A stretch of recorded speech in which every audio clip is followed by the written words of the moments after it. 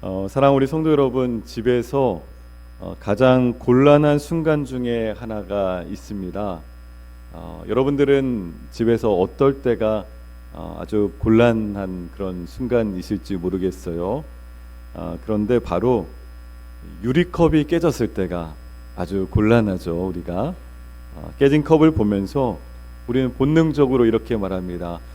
이 컵은 이제 못 쓰겠구나, 버려야 되겠구나, 그렇게 생각합니다.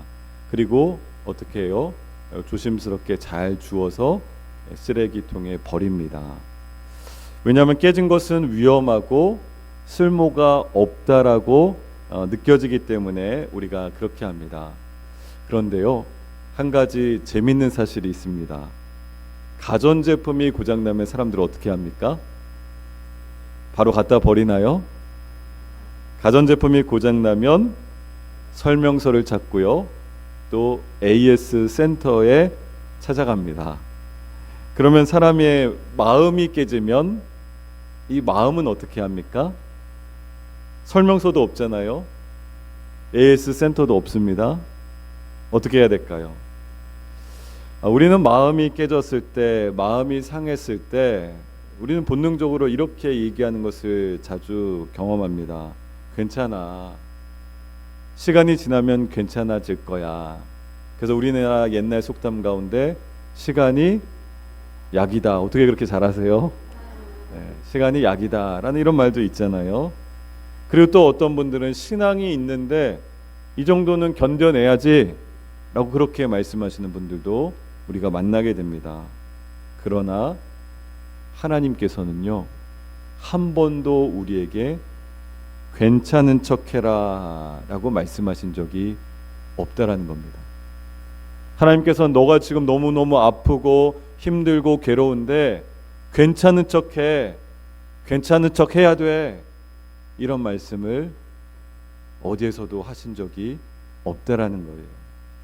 오늘 본문 이사야 42장 1절에서 4절 말씀은요, 상한 마음을 가진 자들을 향한 하나님의 가장 부드럽고 속 깊은 약속이 담겨 있는 말씀입니다. 그리고 바로 이 말씀은 예수 그리스도 안에서 성취될 말씀이었던 겁니다. 오늘 예수님은 어떤 방식으로 우리의 상한 마음을 고치시는가에 관한 말씀을 좀 함께 나누려고 합니다. 여러분, 42장 1절에서 4절을 이른바 여호와의 종 노래라고 그렇게 신학적으로 얘기합니다. 여호와의 종 노래. 한번 따라해 보실까요? 종의 노래. 네, 종의 노래라는 거예요. 그 종의 노래의 시작입니다. 근데 이 종이라는 것은 단순히 선지자도 아니고요, 이상적인 어떤 이스라엘도 아니었습니다. 신약 성경은 이 본문을, 오늘 이 이사야 42장에 있는 이 본문을 예수 그리스도에게 직접 적용하고 있습니다. 마태복음 12장 18절에서 20절 말씀을 제가 읽어드리겠습니다. 한번 잘 들어보십시오. 오늘 읽은 본문과 어떻게 연결되는지를 한번 잘 들어보십시오. 보라, 내가 택한 종 곧 내 마음에 기뻐하는 바 내가 사랑하는 자로다. 내가 내 영을 그에게 줄 터이니 그가 심판을 이방에 알게 하리라. 그는 다투지도 아니하며 들레지도 아니하리니 아무도 길에서 그 소리를 듣지 못하리라. 상한 갈대를 꺾지 아니하며 꺼져가는 심지를 끄지 아니하기를 심판하여 이길 때까지 하리니. 여러분, 이건 마태복음 12장 18절에서 20절 말씀이에요. 근데 오늘 우리가 읽은 이사야 42장 1절에서 4절 말씀과 어떻습니까? 너무 유사하죠. 같은 말씀이에요. 그러니까 이사야 42장에서 하는 이 말씀은 종의 노래를 시작하면서 이 종이라는 것은 마태복음에 나와 있는 하나님께서 그의 아들 예수 그리스도를 지칭하면서 하시는 말씀과 같은 말씀인 겁니다. 그러니까 오늘 이사야 본문은요, 메시아의 성품, 또 메시아의 사역 방식, 또 메시아가 다루는 사람들의 그 상태를 보여주는 말씀이었던 거예요. 그 메시아가 누굽니까? 우리는 알고 있죠. 예수 그리스도. 예수님께서 메시아이신데 그 예수님의 성품은 어떠한가, 또 예수님께서 어떤 사역 방식을 가지고 계신가, 또 예수님께서 사람들을 어떻게 다루시는가에 관한 말씀을 구약 이사야에서도 하고 있고 신약에서도 하고 있다라는 거예요. 여러분, 특히 놀라운 것은요, 이 메시아가 강한 자들보다 약한 자들, 멀쩡한 자들보다 상한 자들을 중심에 두신다라는 것을 오늘 말씀을 통해서 우리가 알게 됩니다. 1절 말씀을 보게 되면요, 내가 붙드는 나의 종, 내 마음에 기뻐하는 자, 곧 내가 택한 사람을 보라 라고 이렇게 말씀하고 있죠. 여기서 먼저 눈에 들어오는 표현은 내 마음에 기뻐하는 자라는 말씀의 표현입니다. 내 마음에 기뻐하는 자. 여러분, 예수님께서는 사람들에게 인정받아서 기쁨이 되신 분이 아니었습니다. 사람들에게 인정받기보다는 오히려 사람들에게 멸시천대 모욕을 받으셨죠. 예수님은 사람에게 인정받는 분이 아니셨어요. 오히려 아버지의 그 뜻에 온전히 순종함으로 기쁨이 되신 분이 바로 예수님이셨습니다. 오늘 이사야 말씀에 종이었다라는 거예요. 하나님의 종이었다라는 거예요. 하나님의 뜻에 순종함으로 기쁨이 되셨습니다. 그래서 내 마음에 기뻐하는 자다라고 오늘 이사야서에 말씀하고 있습니다. 간절히 소망하는 것은 저와 여러분들이 하나님의 기뻐하는 자 되신 줄로 믿습니다. 하나님께서 우리를 기뻐하시는 거예요. 어떻게 하면요, 하나님 앞에 순종하는 예수님처럼 우리도 순종하며 살기로 우리가 결단하며 나아가면 그것이 하나님의 기쁨이라고 말씀합니다. 그리고 그 순종의 방향이 어디입니까? 상한 세상, 죄로 찢어진 우리 인간의 마음을 향해서 주님은 순종하며 나아가셨던 거예요. 우리를 향해서 주님께서는 찾아오신 겁니다. 1절 말씀에 내가 나의 영을 그에게 주었다라고 그렇게 말씀하죠. 이 표현은 예수님의 사역의 능력이 대단하다는 것을 말하는 것이 아니에요. 하나님의 영, 하나님의 놀라운 능력이 주어져서 이제 대단하다라는 것이 아니라 성령께서 주님을 통해서, 하나님의 종을 통해서 부드럽게 역사하신다는 것을 표현하는 겁니다. 그러니까 복음이라는 것은 우리의 상한 심령을 꾸짖지 않습니다. 우리의 상한 마음을 꾸짖는 것이 아니에요. 우리가 여러분들 복음을 대할 때, 우리가 하나님의 말씀을 대할 때 우리가 착각하면 안 되는 것이 있어요. 하나님께서는 우리를 정죄해서 너 그거밖에 못하냐, 너 버텨야지, 너 이 정도는 이겨내야지, 너 예수 믿은 지가 그렇게 오래됐는데 겨우 이 정도야, 이렇게 정죄하시는 것은 복음이 아니라는 말씀입니다. 오히려 복음은 우리의 상한 마음을 꾸짖지 않고 우리의 상한 마음을 끌어안는 것이 복음입니다. 끌어안는다라는 거예요. 2절 말씀에 그래서 그는 외치지 아니하며 목소리를 높이지 아니한다라고 그렇게 말씀하고 있어요. 예수님께서 상한 자들을 대하는 방식입니다. 주님의 방식이에요. 여러분, 근데 이 말씀은 참 역설적인 거죠. 참 아이러니합니다. 온 세상을 바꾸러 오신 분이에요. 이 온 천하 만물을 바꾸러 오신 분인데 조용하게 오셨다는 거예요. 세상 가운데 많은 사람들은 더 큰 소리로 외치고 더 실력을 행사하고 그래서 세상이 바뀌어진다라고 그렇게 설명합니다. 또 그렇게 믿습니다. 여러분, 뭐 가까이서만 봐도 우리가 교회를 생각할 때 우리는 교회를 어떠한 방식으로 바꾸기를 원해요? 소위 말하는 세상적인 어떤 실력, 영향력, 어떤 능력, 이것으로 교회가 더 발전하고 바뀌어질 수 있다라고 그렇게 생각합니다. 아니요. 성경에는 그렇게 말씀한 적이 없어요. 우리 주님께서 이미 우리에게 알려주셨잖아요. 주님은 온 세상을 바꾸러 오셨지만 조용히 오셨다는 거예요. 주님께서는 오히려 우리 앞에서, 우리의 그 상한 마음 앞에서 종종 소리를 높이십니다. 우리가 주님 앞에서 종종 이런 소리를 내는 거예요. 큰 소리로 왜 아직도 그걸 못 넘기고 붙잡고 있니? 너 왜 아직 그거밖에 안 되는 거야? 믿음이 있으면 이겨내야지. 기도가 부족한 거 아니야? 이런 소리를 오히려 우리가 큰 소리로 낸다라는 거예요. 주님은 오히려 세상을 밖으로 오셨지만 조용히 오셨다. 목소리를 높이지 아니하셨다. 라고 이렇게 말씀하고 있는데, 오히려 우리가 우리 안에서 너 왜 신앙이 있다면서 그거밖에 안 돼. 이거 이겨내야지. 기도가 부족한 거야.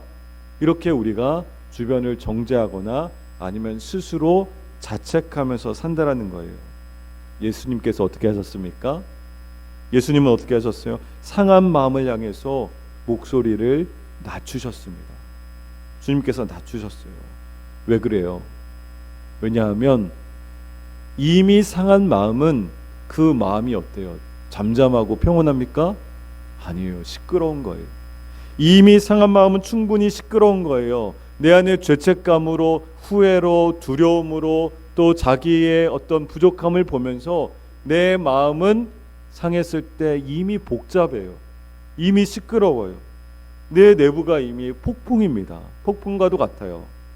그런데 복음은 이런 내 마음을 고치실 때 어떻게 해요? 아주 큰 소리로 야, 너 그렇게 하면 안 돼. 이것이 아니라 오히려 잠잠하게 조용히 내 곁에 서서 함께하여 주시는 은혜가 바로 우리에게 주신 복음이신 예수 그리스도인 줄로 믿습니다. 주님께서는 그렇게 우리에게 오신 겁니다. 여러분 3절 말씀을 보게 되면 우리가 너무나 잘 아는 말씀이 나오죠. 상한 갈대를 꺾지 아니하며 꺼져가는 등불을 끄지 아니하신다라고 이렇게 말씀합니다. 여러분 이 구절은요, 예수님의 그 마음을 우리에게 가장 선명하게 보여주시는 표현이라고 할 수가 있어요. 먼저 첫 번째 상한 갈대가 나왔습니다. 여러분 갈대는 원래 아주 그 줄기가 강해요, 약해요? 잘 모르시나요? 갈대가 어떻습니까? 약하잖아요. 근데 갈대는 원래 줄기가 약한데, 근데 또 게다가 어떤 갈대예요? 상한 갈대라는 거예요. 이 상한 갈대라는 것은요, 두 번이나 더 약해진 존재라는 겁니다. 사람으로 말하면요, 이런 상태에 있는 거예요. 이미 실패했어요. 이미 무너졌어요. 이미 스스로 포기했어요. 이런 상태인 거예요. 이미 소망이 없는 그런 어려움 가운데 어떻게 할 줄을 모르는 그런 상한 갈대와 같은 그런 우리의 인생, 우리의 때로는 신앙이 있다라는 것이죠. 그런데 예수님께서 그 갈대를 어떻게 하신다고요? 꺾지 않으신답니다. 놀라운 은혜예요. 여러분 이것이 놀라운 복음입니다. 이 세상 사람들은요, 철저하게 약육강식입니다. 제가 이전에 직장 생활을 잠깐 했거든요. 그런데 그 본사에서 근무하면서 제가 유심히 이제 경험한 것은요, 이 세상 사람들은요, 강한 사람 앞에서는요 깨갱하고요, 약한 사람한테서는 엄청 세게 하더라고요. 아마 직장 생활 하시면 너무 잘 아실 거예요. 그게 세상의 논리예요. 약육강식의 법칙이 처절하게 철저하게 작동하고 있습니다. 그런데 주님은 어떠하세요? 약한 이를 오히려 긍휼히 여기시고 그 인생을 꺾지 않으신답니다. 여러분 내 인생 가운데 내가 이미 무너져 있거나 포기했거나 내가 지금 소망이 없는 것 같은 그런 여러분들의 삶이나 가정이 자녀가 있다면 여러분 주님께서는요, 그 상한 갈대와 같은 약해져 있는 우리의 삶을 오히려 꺾지 않으시고 오히려 다시 일으켜 세워주시는 분이 바로 우리 예수님인 줄로 믿습니다. 그것이 상한 갈대를 꺾지 아니하신다라는 예수님의 핵심적인 사역의 내용이었어요. 그리고 또 한 가지 뭐가 있습니까? 꺼져가는 등불이 나오죠. 꺼져가는 등불. 여러분 불이 꺼져간다는 것은 무슨 말일까요? 불이 꺼져갑니다. 완전히 꺼진 겁니까? 아니면 아직은 안 꺼진 겁니까? 아직은 안 꺼졌다라는 거예요.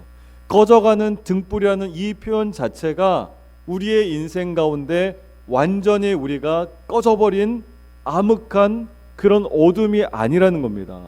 꺼져가는 것, 아직 남아있는 희미한 믿음이 있다는 거예요. 아직 미약한 기도가 있다는 거예요. 아주 작은, 거의 사라진 것 같지만 작은 소망이 우리 안에 있다라는 말씀입니다. 우리 교회 안에, 우리 가정 안에, 또 심지어 이 세상 안에도 주님께서 우리에게 남겨두신 작은 소망이 있다라는 거예요. 그것을 말씀합니다. 예수님은 그것을 보고서도 왜 이 정도밖에 되지 않니? 라고 말씀하지 않으십니다. 오히려 그 작은 불씨를 지키시는 분이 바로 우리 주님인 줄로 믿습니다. 이것이 은혜인 것이에요. 이것이 복음인 것이에요. 여러분, 예수님은요, 우리가 강해질 때, 잘 될 때, 뭔가 주님 앞에서 주님 저 이 정도면 떳떳하죠? 라고 그렇게 얘기할 때 우리를 사랑하시는 분이 아니에요. 그럴 때 우리를 쓰시는 분이 아닙니다. 오히려 우리가 부서졌을 때, 우리가 약해졌을 때, 그때 가까이 다가오셔서 우리를 사용하시고 우리를 세워주시고 우리를 하나님의 나라의 도구로 쓰시는 분이 바로 우리 주님이신 줄로 믿습니다. 우리 교회 안에서 이런 일들을 많이 경험하게 됩니다. 여러분, 교회 안에서 내가 무엇인가 탁월해서 쓰임받는 것이 아니라는 거 너무 잘 알고 계시죠? 우리가 하나님 앞에서 오히려 때로는 약해졌을 때 하나님, 제가 이거밖에 안 됩니다. 하나님, 그런데 이것이라도 주님 앞에 드릴 때, 순종할 때 쓰임받고 싶습니다. 그럴 때 주님께서는 그 하나님의 자녀를 사용하시고 세워주신 줄 믿습니다. 그것이 복음인 거예요.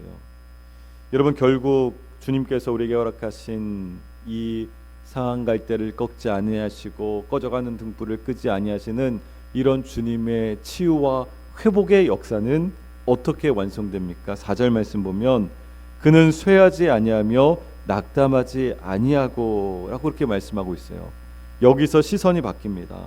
상한 자들의 모습을 보는 것에서 여호와의 종이신 자신에게로 시선이 바뀌고 있어요. 종 자신에게로, 예수님께로 옮겨갑니다.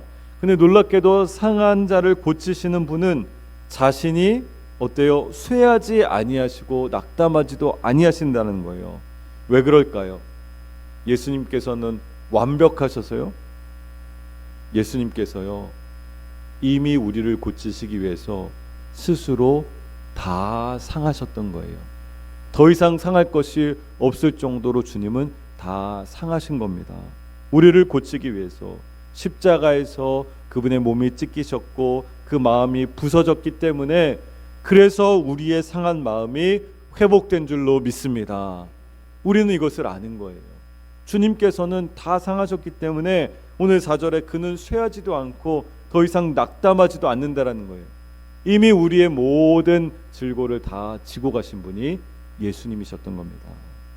그래서요, 치유와 회복은 어떤 감정적인 위로로 끝나는 것이 아닙니다. 교회 안에서 때론 오해하시는 분들이 있어요.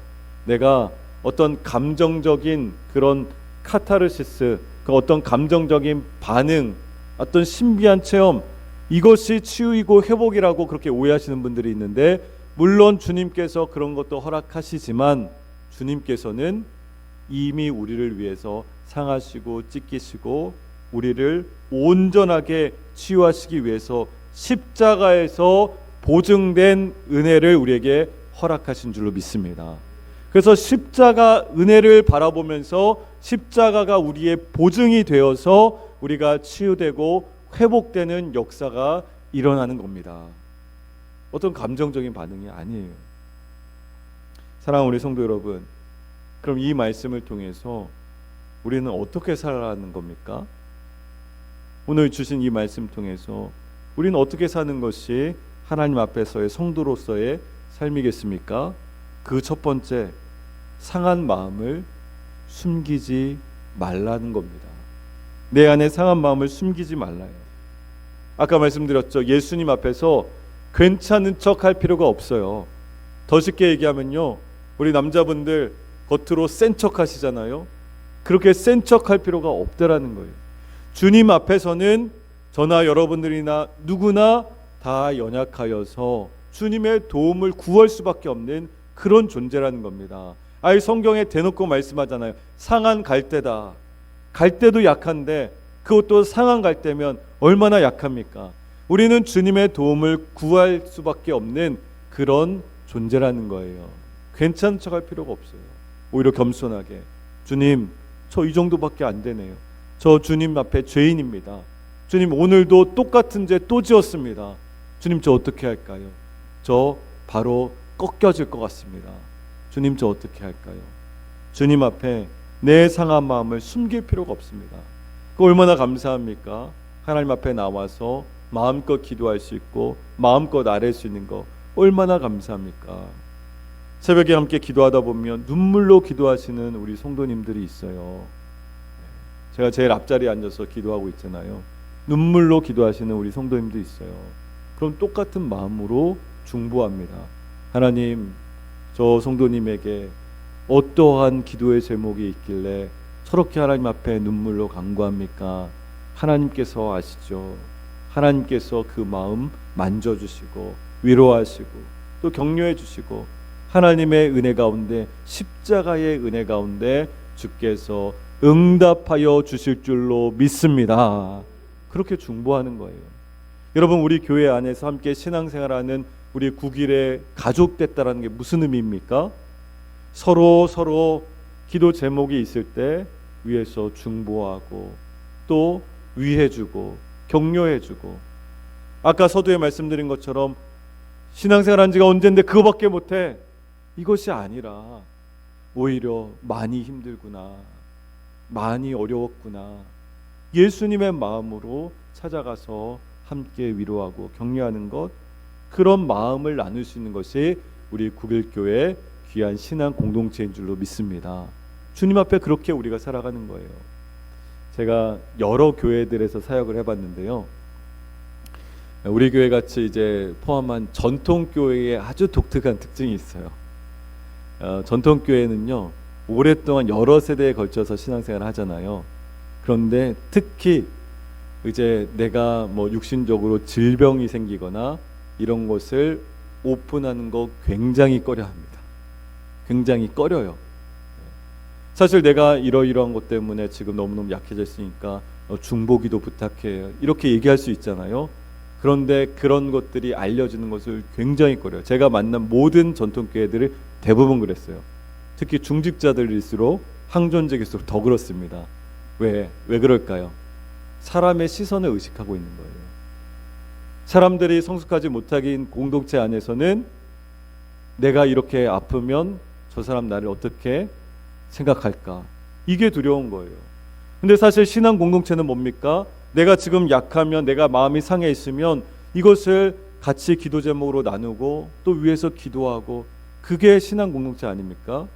아직 우리가 성경 말씀을 적용하기에는 조금 부족한 면이 있는 것이죠. 근데 오늘 뭐라고 말씀합니까? 주님 앞에 상한 마음을 숨길 필요가 없다라는 거예요. 서로 괜찮은 척할 필요도 없고 서로 위해서 기도하고 중보하고 아끼는 그런 우리 교회가 되기를 간절히 축복합니다. 또 한 가지 있다면요, 다른 사람의 상함을 함부로 꺾지 말라는 거예요. 여러분, 교회는 상한 갈대를 부러뜨리는 곳이 아닙니다. 명심하셔야 돼요. 교회 공동체는요, 우리 신앙 공동체는 옆에 있는 상한 갈대, 때로는 연약한 그 지체를 부러뜨려 버리는 곳이 아니라는 거예요. 예수님께서 어떻게 하셨어요? 상한 갈대 함부로 대하셨습니까? 부러뜨리지 않고 오히려 꺾일까봐 주님께서는 치유하시고 회복하시는 그런 은혜를 베푸신 것이 바로 주의 몸된 교회라는 겁니다. 교회 안에서 아직 꺼지지 않았다면 예수님께서 일하고 계신다라는 거예요. 우리 교회에 상한 갈대가 있습니까? 그러면 주님께서 꺾지 않으게 하시고, 꺼져가는 등불이 있습니까? 끄지 않으게 하시고, 주님께서 살리시는 회복의 역사가 있는 신앙 공동체가 바로 우리 9일교회 될 줄로 믿습니다. 그러면 서로 다른 사람의 상함을 함부로 대해서는 안 됩니다. 다른 사람의 부족함이 보이면요, 아, 주님께서 저 지체의 부족함을 내 눈에 보여주신 것, 내가 위해서 기도하라는 거구나. 저 옆에 있는 집사님, 저 권사님 위해서 내가 기도하라는 거구나. 이걸 내 눈에 보여주시네. 주님께서 이렇게 내게 깨닫게 하시네. 기도하라는 거구나 라고 그렇게 적용하셔야 된다는 거예요. 이것이 성경의 정신이고 주께서 말씀하신 성경의 원리라는 겁니다. 예수님께서 그렇게 하셨잖아요. 또 한 가지가 있다면 꺼져가는 불씨를 스스로 포기하지 말라고 말씀합니다. 내가 지금 꺼져가는 불씨와도 같은 때가 있어요. 아직 꺼지지 않았다면 누가 일하십니까? 예수님께서 내 안에 일하고 계신 줄 믿습니다. 역사하고 계신 거예요.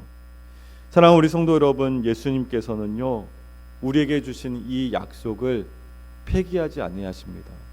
오히려 지금까지 우리가 이 약속 붙들고 살아가기를 바라고 계신 거예요. 그게 주님의 마음입니다. 제가 한 가지 이야기하고 말씀을 마무리하려고 하는데요. 일본에요 킨츠기라는 그런 전통이 있답니다. 혹시 들어보셨어요? 킨츠기 들어보셨습니까? 깨진 그릇이 있으면요 이 깨진 그릇을 대부분은 갖다 버리잖아요. 근데 깨진 그릇을 버리지 않고 금으로 이어붙이는 기술이 있다라는 거예요. 일본에 이런 기술이 있답니다. 놀라운 것은요 그렇게 복원된 그릇이 이전보다 더 귀하게 여겨진다라는 사실입니다. 이것이 일본에 이런 일이 있다라는 거예요. 여러분, 예수님께서 우리의 상처를 감추지 않으십니다. 오히려 그 상처 위에, 그 깨진 곳 위에 주의 은혜로 채우시고 더 귀하게 주님께서 일으켜 세워주실 줄로 믿습니다. 그것이 오늘 이사야의 약속하신 말씀입니다. 그래서 우리는 깨졌지만 버려지지 않았고 상했지만 끝나지 않았다라는 거예요. 우리가 깨졌습니까? 우리가 상했습니까? 아직 끝이 아니라는 거예요. 여러분들의 인생 가운데, 여러분들의 자녀 가운데, 여러분들의 생업 가운데 하고 있는 모든 일들 가운데 끝이 아니라는 거예요.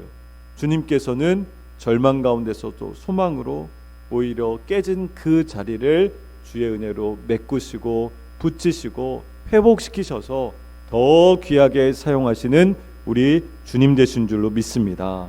사랑하는 우리 성도 여러분, 예수님께서 이렇게 말씀하시잖아요. 구약에 있는 이 이사야가 쓰여진 이 말씀을 구약시대 사람들은 몰랐잖아요. 메시아를 기다렸지만 여호와의 종의 약속으로 붙잡았지만 예수님을 몰랐잖아요. 그런데 우리는 얼마나 놀라운 은혜입니까? 이미 오신 예수 그리스도 우리는 알고 있잖아요. 이 예수님께서 누구를 위해서 이렇게 약속되어 있는 겁니까? 바로 저와 여러분들, 우리 국일의 모든 성도들을 위해서 주님께서 이렇게 미리 약속하시고 또 신약에 오셔서 아까 우리가 읽었던 마태복음의 말씀처럼 그대로 성취되고 우리에게 동일하게 역사하신 줄로 믿습니다. 그런 주의 은혜가 여러분들의 그 놀라운 삶의 자리 가운데 충만하기를 간절히 소망합니다. 주님의 손에 우리가 우리의 모든 마음을 맡기는 거예요. 주님께서 말씀하십니다. 상한 갈대를 꺾지 않겠다. 꺼져가는 등불을 끄지 않겠다. 이게 주님의 약속입니다. 그 주님의 손은 상한 우리의 마음을 고치시기에 충분하고 또 충분히 부드럽고 충분히 우리에게 고치실 정도로 강하고 능력 있는 우리 주님의 손인 줄로 믿습니다. 그 손을 의지하면서 하나님 앞에 믿음으로 걸어가는 저와 여러분들, 우리 국일교회 모든 성도님들 될 수 있기를 예수님 이름으로 간절히 축원합니다. 하나님 아버지 감사합니다. 저희들은 늘 부족하고 연약하고 깨진 그릇과도 같고 상한 갈대와도 같고 꺼져가는 등불과도 같습니다. 그렇지만 우리를 붙드시고 함께 하시는 우리 주님의 손길에 이끌려 오늘도 내일도 살아가고 있습니다. 하나님, 우리의 가정 가운데 또 우리의 교회 공동체 가운데 우리의 신앙 가운데 예수님의 이 소망과 예수님의 놀라운 회복의 약속의 말씀이 성취되게 하여 주시옵소서. 예수 그리스도 이름으로 기도합나이다.